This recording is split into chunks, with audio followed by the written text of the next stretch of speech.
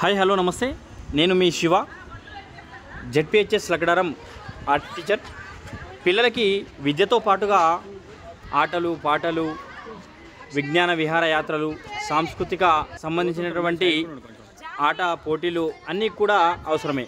అందులో భాగంగానే విజ్ఞాన విహారయాత్ర అంటే సాంస్కృతిక విజ్ఞాన విహారయాత్ర పిల్లలని తీసుకెళ్ళి మన పాఠ్యపుస్తకాలలో ఉన్నటువంటి పాఠాలు చెప్పడమే కాకుండా వాటిని స్వయంగా నిజరూపంగా అక్కడ చూపిస్తూ వాటి విషయాలు తెలియపరచడం చాలా ముఖ్యమైనటువంటి విషయం.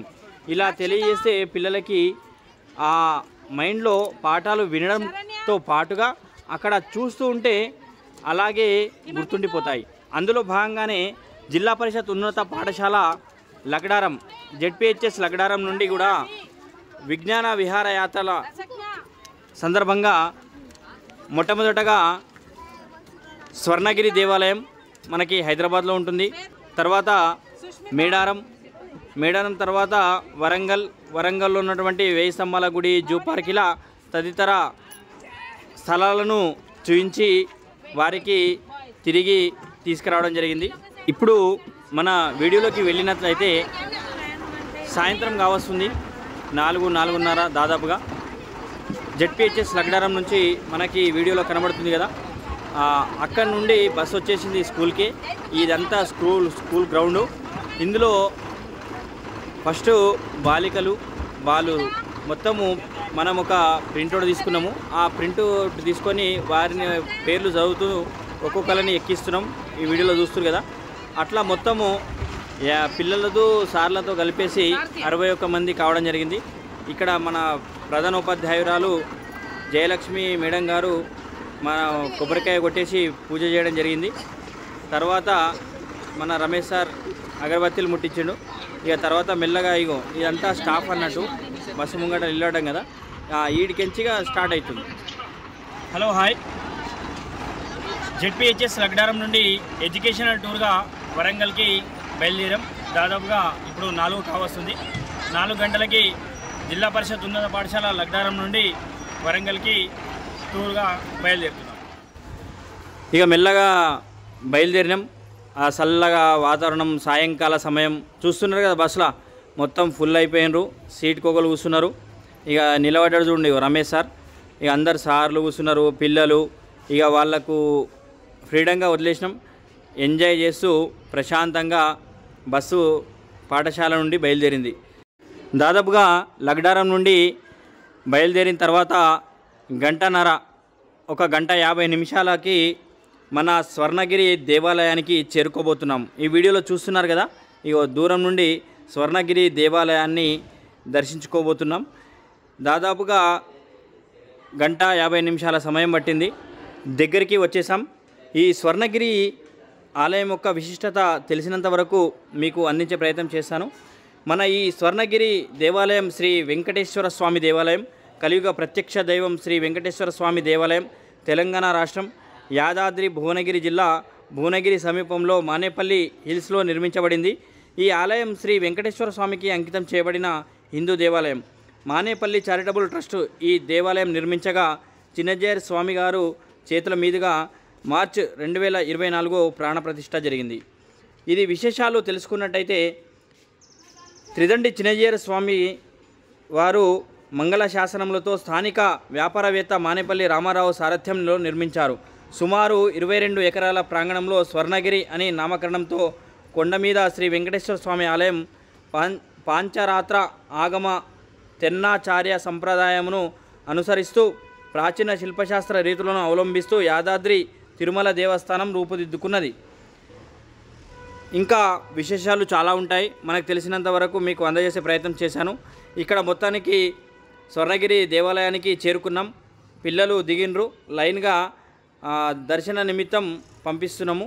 ఇగో మనకు కనబడుతుంది కదా, ఇక్కడికి చేరుకునేసరికి దాదాపుగా సాయంత్రం 6:30 ఆ సమయం కావచ్చింది. 6:30. పిల్లలు కూడా అందరు లైన్లో ఒక క్రమశిక్షణలో వెళ్తున్నారు. ఇక్కడ చూస్తున్నారు కదా, మన కట్టడాలు, ఆ శైలి నిర్మాణం, శిల్పకళ, ఆ చెక్కినటువంటి ఈ శిల్పాలను ఎంత అద్భుతంగా ఉన్నాయంటే అది వర్ణనాతీతం. అది వెళ్ళి చూసి ఆ అనుభూతిని పొందితే కానీ మనము ఆ ఆనందాన్ని ఎక్స్ప్లెయిన్ చేయలేం. చూస్తున్నారు కదా మన విద్యార్థులు కూడా ఎంత క్రమశిక్షణగా లైన్గా వెళ్తున్నారో.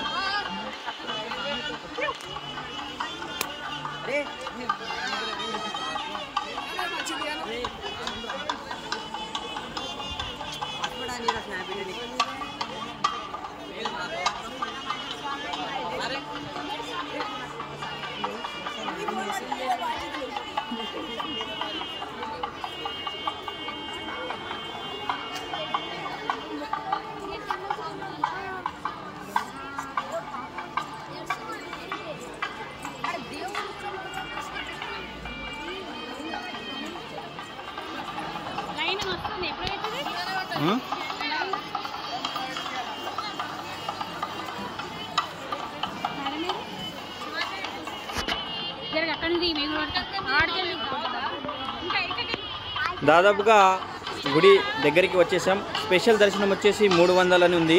అంటే పిల్లలతో తీసుకెళ్ళాం కాబట్టి అక్కడికి మనం చేరుకోలేము. క్యూ పద్ధతిలోనే చేరుకున్నాము. సంఖ్య కూడా పెద్ద భక్తులు కూడా అంత రష్గా లేదు. మనకు అనుకూలంగానే ఉంది. సాయంకాల సమయం, ప్రశాంతమైనటువంటి వాతావరణం. పిల్లలు కూడా ఎంతో భక్తి శ్రద్ధలతో అక్కడ ఉన్నటువంటి ఆ ప్రాంగణాన్ని, ప్రదేశాన్ని చాలా చక్కగా తిలకించారు. వారికి ఉన్నటువంటి సందేహాలను కూడా అడిగి తెలుసుకున్నారు. మేము కూడా మాకు తెలియని విషయాలను కూడా అక్కడ అర్చకులను, అక్కడ ఉండే పక్కన వ్యక్తులకు అడిగి కూడా ఈ ఆలయ విశేషాలను తెలుసుకోవడం జరిగింది. మేము వెళ్ళేసరికి ఇక్కడ మన మధ్యలో ఉన్నటువంటి విష్ణుమూర్తి అక్కడ ఏదో ప్రసాదం తీసుకెళ్ళి అర్చకులు టెంపుల్కి తీసుకెళ్ళడం జరిగింది.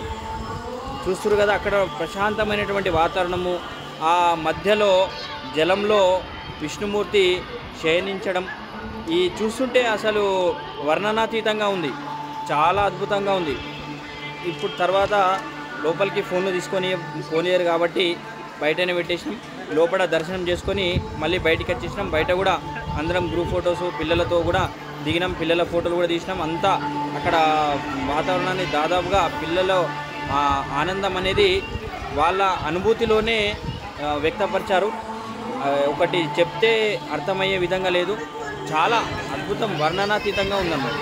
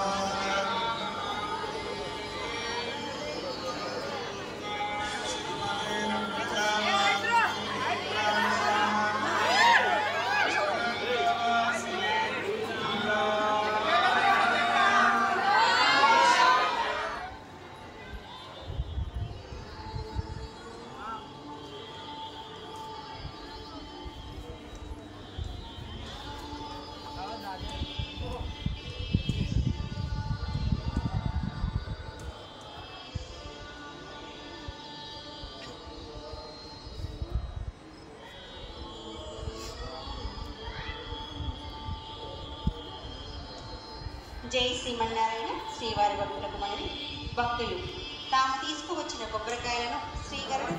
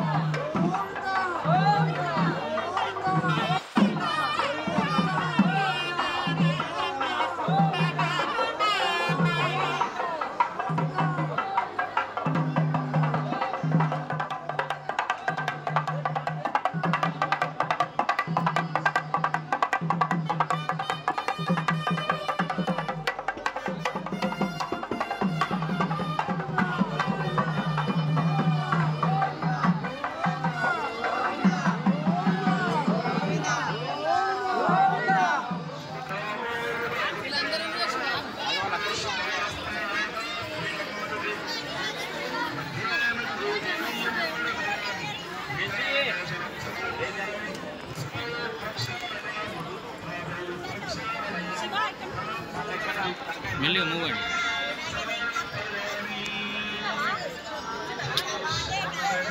అన్న కొద్దిగా పిల్లలు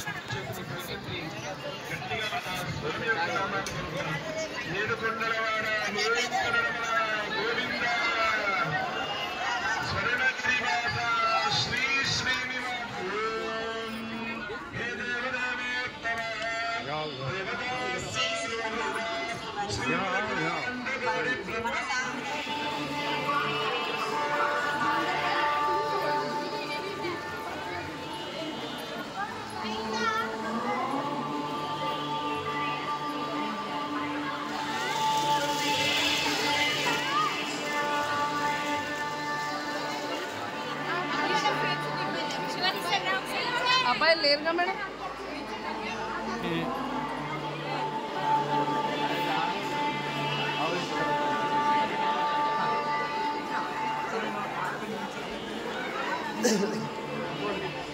స్వర్ణగిరి దేవాలయం దర్శనం చేసుకొని చివరగా తిరుగు ప్రయాణం అయ్యాం. ఈ తిరుగు ప్రయాణంలో అక్కడ కొంతమంది ప్రసాదాలు తీసుకున్నారు. ప్రసాదాలు కూడా ఒకరికొకరం పంచుకొని ప్రసాదాలను కూడా స్వీకరించడం జరిగింది. అక్కడ ఒక ఫౌంటైన్ ఉంది, కృష్ణుడు ఉన్నాడు. అక్కడ కూడా చాలామంది ఆ ఫోటోలు దిగడం జరిగింది. తర్వాత ఇక బస్సులో కూర్చున్నాం. ఒక గంట ప్రయాణం చేశాము. ఈ ప్రయాణం చేసిన కొద్ది తర్వాత దాదాపుగా 8-8:30 సమయం కావస్తుంది. ఇక అందరికీ కూడా ఆకలి అవుతుంది కాబట్టి దాదాపుగా పిల్లలకు మేము కూడా మొత్తం అందరికీ భోజనం ఇక్కడ నుండే చేసుకొని వెళ్ళడం జరిగింది. ఒక నీటి వసతి మరియు కొద్దిగా ఆపుకోవడానికి భోజనం చేయడానికి అనుకూలంగా ప్రదేశాన్ని చూసుకొని సైడ్కి ఆపడం జరిగింది. చూస్తున్నారు కదా, పిల్లలు దిగిండ్రు. వాళ్ళు తెచ్చుకున్నటువంటి సామాను, వాళ్ళు తెచ్చుకున్నటువంటి ఫుడ్డు, ఒక్కొక్కరు ఒక్కో రకమైనటువంటి పదార్థాలను తెచ్చుకున్నారు. వాళ్ళు ఆనందంగా ప్రశాంతమైనటువంటి ప్రదేశంలో వాళ్ళకు ఎలాంటి ఇబ్బందులు లేకుండా ఒకరి భోజనాన్ని మరొకరికి పంచుకుంటూ ఒకరి రుచులను మరొకరు ఆస్వాదిస్తూ ప్రతి ఒక్కరు కూడా ఆనందంగా ఇలాంటిది మేము ఎప్పుడు కూడా చూడలేదు, మేము ఇలాంటిది ఎప్పుడు కూడా ఎక్కడ వెళ్ళలేం సార్ అని చెప్పేసి వాళ్ళు కూడా చాలా ఆనందం వ్యక్తం చేశారు. మేము కూడా తీసుకెళ్ళినటువంటి పదార్థాలను ఒకరికొకరు ఇచ్చుకుంటూ మరియు పిల్లలు కూడా మాకు ఇవ్వడము చాలా ఆనందంగా అనిపించింది. ప్రశాంతమైనటువంటి వాతావరణంలో భోజనాన్ని పూర్తి చేసుకున్నాం.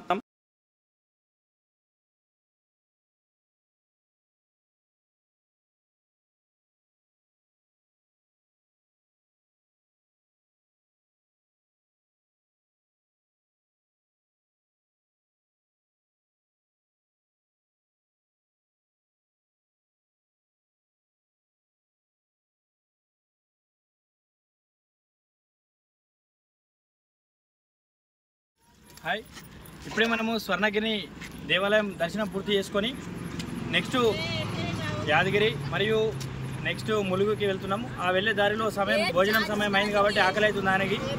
ఇక బువ్వ తిందామని చెప్పేసి ఇక్కడ జర నీళ్లు లైట్ అంతా జర మంచిగా చూసుకొని ఆగినాం. ఇక్కడ భోజనం చేస్తున్నాం. ఇక నెక్స్ట్ భోజనం చేసినాక మెల్లగా వెళ్తాం. ఇక భోజనం చేసుకున్నాం. భోజనం చేసుకొని మళ్ళీ బస్ ఎక్కి ములుగుకి ప్రయాణం అయ్యాం. చూడండి, ములుగు దాదాపుగా మనకి 12:30-1 గంటల ప్రాంతంలో దాదాపుగా చేరుకున్నాం. రాత్రి కావచ్చింది.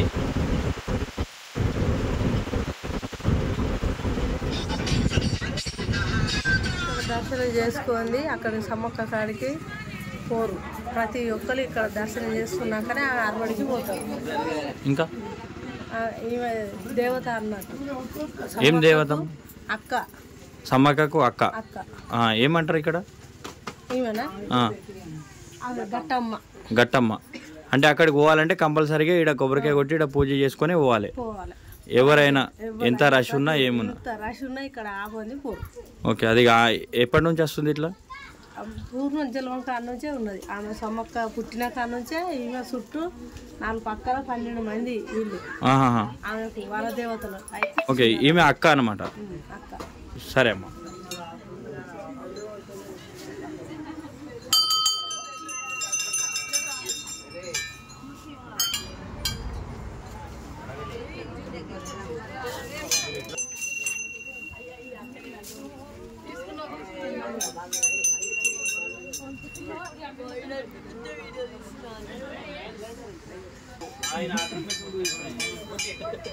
ఇట్లా మొక్కి అటువంటి మైసమ్మ సమ్మక్క గట్టమ్మ దేవాలయము సమ్మక్క వాళ్ళ అక్క.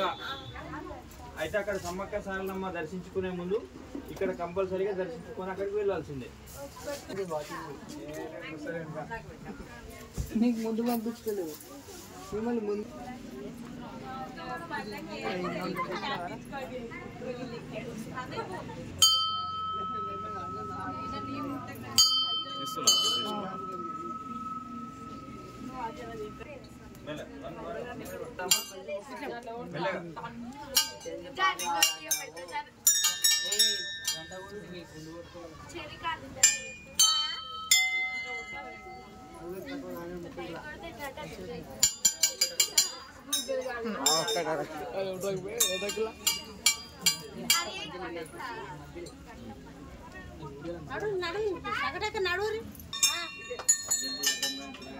నడవాలి అక్కడ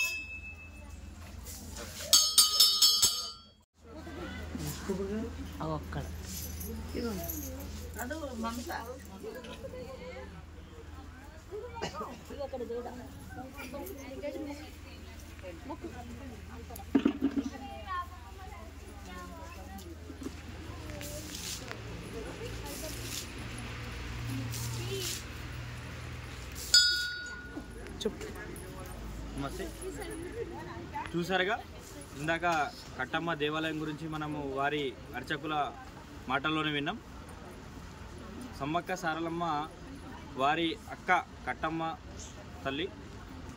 అక్కడ సమ్మక్క సారలమ్మ వారిని దర్శించుకోవాలంటే మొట్టమొదటిగా ఇక్కడ దర్శించుకొని కొబ్బరికాయ కొట్టి అక్కడికి వెళ్ళడం ఆనవాయితీగా వస్తుంది. మేము కూడా ఇప్పుడు ఇక్కడ కొబ్బరికాయ కొట్టి అక్కడికి వెళ్తున్నాం. పదండి.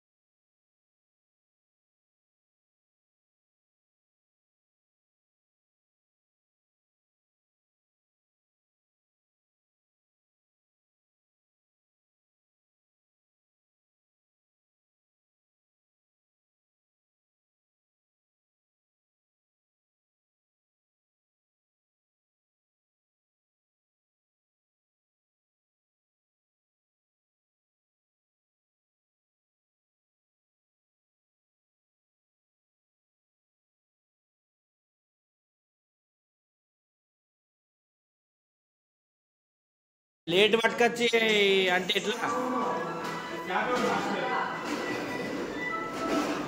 చూసారుగా టిఫిన్లు మాత్రం అమోఘం, అద్భుతం. చల్లగా చలిపెట్టుండగా గరం గరం బోండాలు వడలేసి ఇచ్చాడు. రైట్, చూసారుగా ఇప్పటిదాకా టిఫిన్లు అమోఘం. మేము 5 గంటలకే స్నానాలు చేసి రెడీ ఉన్నాం. 6 గంటలకే మాకు టిఫిన్లు అందించేసిండు. అన్న పేరు అన్న మధు అన్న. ఎంఎస్ఆర్ అని హోటల్ ఉంది, గ్రాండ్ హోటల్. ఇందులో మేము 60 మంది విద్యార్థులం వచ్చాం, స్టూడెంట్స్ అండ్ టీచర్స్తో కలిసి. అన్న టైంకి అన్న రుచికి తగ్గట్టుగా, రుచికి ఇంకా ఒక మెట్టు ఎక్కువగా అన్నట్టుగానే సాంబార్ కూడా అమోఘం. పిల్లలు కూడా సంతోషంగా గరం గరం తిన్నారు. అన్న హోటల్ వచ్చేసి మనకి ములుగు దాటినాక కట్టమ్మ దేవాలయానికి వెళ్తుంటే రైట్ సైడ్లోనే ఎంఎస్ఆర్ హోటల్ ఉంటుంది. మీరు కూడా ఈ లోకల్లో వచ్చినప్పుడు ఈ హోటల్ని సందర్శించండి. రుచులు కూడా రుచికరమైనటువంటి భోజనం, టిఫిన్లు లభిస్తాయి.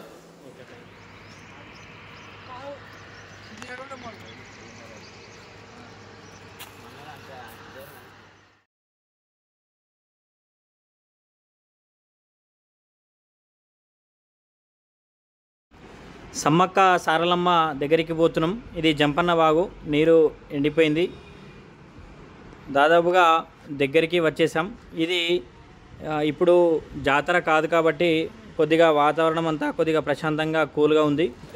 ఇక్కడ లోపలికి వెళ్ళి చూసినట్టయితే ఇది ముఖద్వారం. లోపల పెద్దగా రష్ ఉంది, అయినా కూడా మనకు ఇబ్బంది లేకుండా ఉంది. ఒకవేళ జాతర అప్పుడు కనుక రష్ చూసినట్టయితే అక్కడ కనుక్కోవడం జరిగింది, అసలు కిక్కిరిసి ఇసుకేస్తే రానంతగా ఉంటుంది అని అన్నారు. నేనైతే ఫస్ట్ టైం పోయినా, పిల్లలకు కూడా తీసుకొని వెళ్ళడం జరిగింది. ఫస్ట్ టైం మొదటిసారిగా అక్కడ ఉన్నటువంటి విశేషాలవన్నీ పిల్లలకు తెలియజేయడం జరిగింది.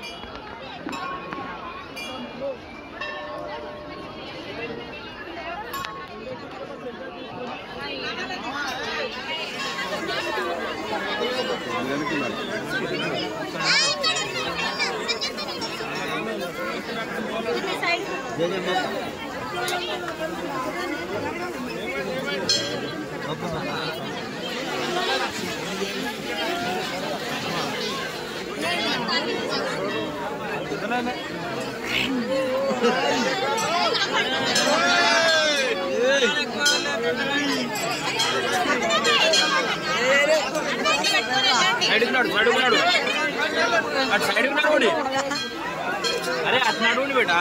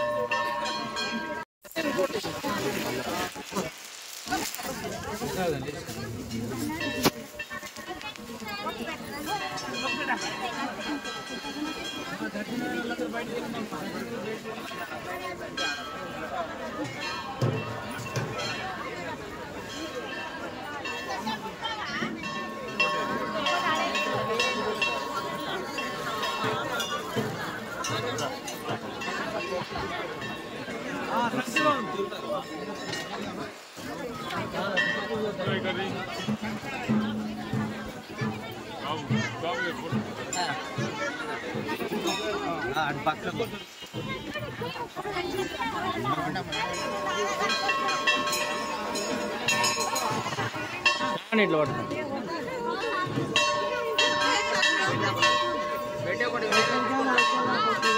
ఇలా పట్టుకోండి అంతే. చిన్నగా చూసి నాకు అంతే దొరికింది.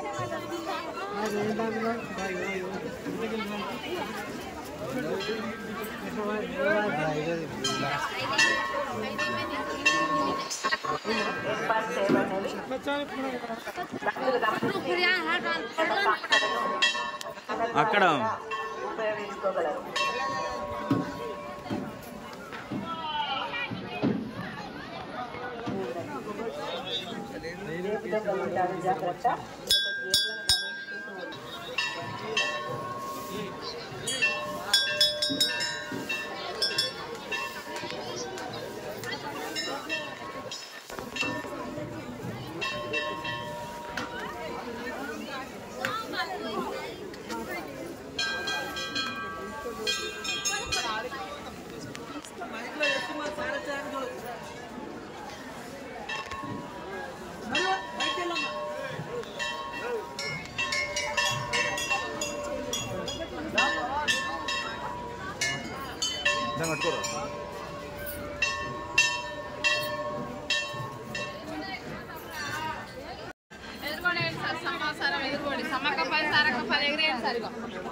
అమ్మవారికి ఎగిరేస్తే మంచి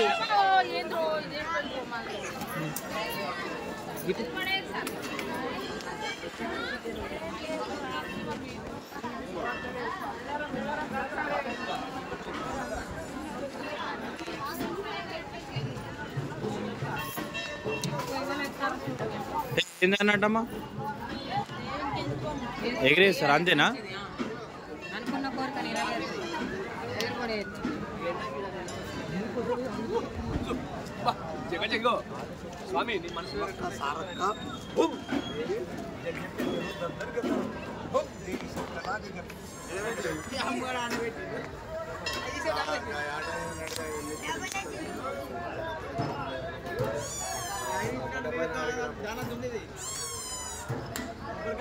ప్రసాదం లడ్డు, ఇది చక్కెరది, అది పులిహోర, ఇది పెద్ద లడ్డా.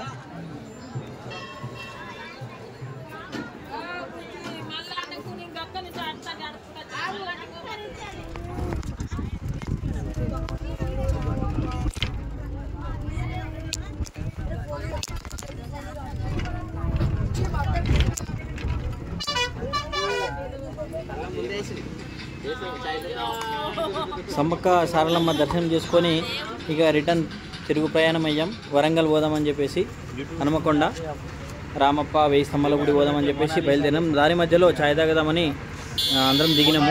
అక్కడ ఛాయ్ చూస్తే జర ఘోరంగానే ఉండే. ఇక నేనే దిగి ఛాయ్ పెడదామని చెప్పేసి ఛాయ్ పెట్టినాం. చూడండి జరంతా అందరికీ జర సర్ది దగ్గు గొంతు జర ఖరాబ్ అయినట్టు అయింది. జర అల్లం మసాలా దంచి బాగా ఇలాచిగిన వేస్తే నంబర్ ఎక్కైంది ఇక ఛాయ్.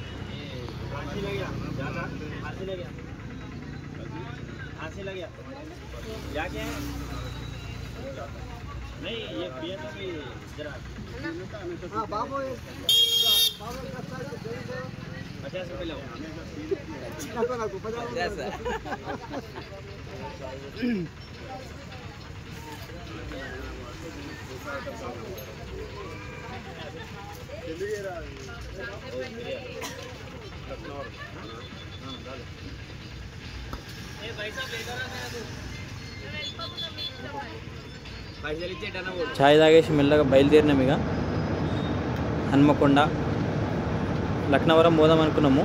కాకపోతే లక్నవరంలో పోవడానికి అనుకూలంగా లేదు. అక్కడ నుంచి చక్కగా హన్మకొండ 1000 స్తంభాల గుడి వెళ్దామని చెప్పేసి తిరుగు ప్రయాణం అయ్యాం.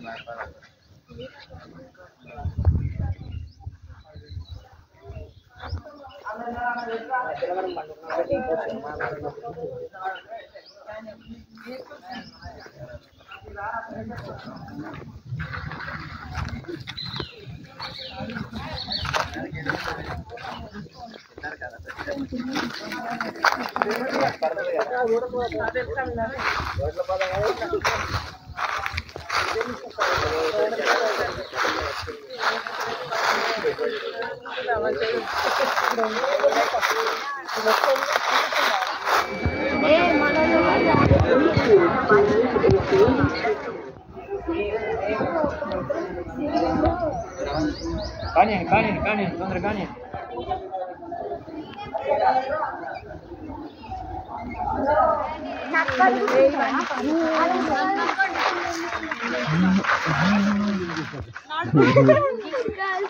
కదా తనకి అవి చేసుకోవాలి